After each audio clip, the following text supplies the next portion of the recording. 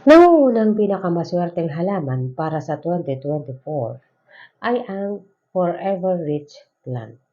Ang Forever Rich plant ay isa sa pinakamaswerteng halaman sapagkat ito po ay mayroong bulb. Ang ibig sabihin, ang mga bulb plant, isa po yan sa mga pinakamaswerte halaman para sa mga mayroong negosyo. Kung ikaw ay may negosyo at nangangailangan ka ng maraming customer, panatilihin mo ang pagkakaroon ng iba't ibang uri ng Forever Rich plant at samahan mo ng mga lilies.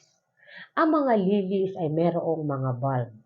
So lahat ng mga halaman na mayroong bulb, yan ay pinakamaswerte para sa may mga negosyo. Lalong-lalo na kung ang negosyo mo ay bibihira ang mga customer o tingin mo matumal na.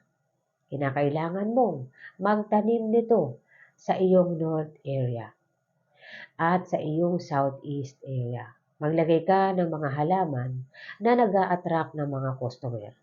Ang lahat ng halaman ay swerte, ngunit mayroong mga specific plants na inilalagay para sa ating mga pangangailangan.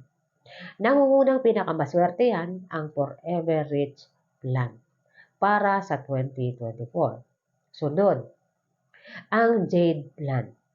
Ang jade plant ay isang uri ng succulent plant at ito ay mayroong bilog na dahon at mataba at dark green. Ayon sa paniniwala ng mga Inchik, ito ay sumisimbolo ng pera o ng coins.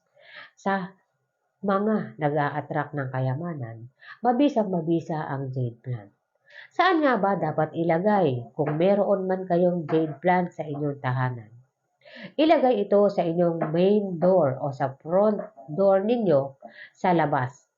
Kinakailangan magkabila ang side ang meron. Hindi po yan po pwedeng isa lang kung ilalagay ninyo sa inyong front door. Pero kung ilalagay ninyo yan sa inyong office table, okay lang po ang isang piraso. Kapag ito ay inilagay sa main door o sa front door, dalawa po. Sapagkat ito ay uma-attract ng swerte at pera papasok sa inyong tahanan. At meron itong rules na hindi dapat ito lumaki ng higit sa 1 meter. Hanggang 1 meter lang ito. Okay? At iwasan ang sobrang pagdidilig dahil ang jade plant ay may kakayahang panatilihin ang tubig.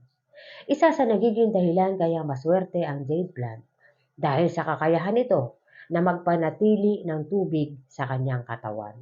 Gayon din sa ating kapirahan.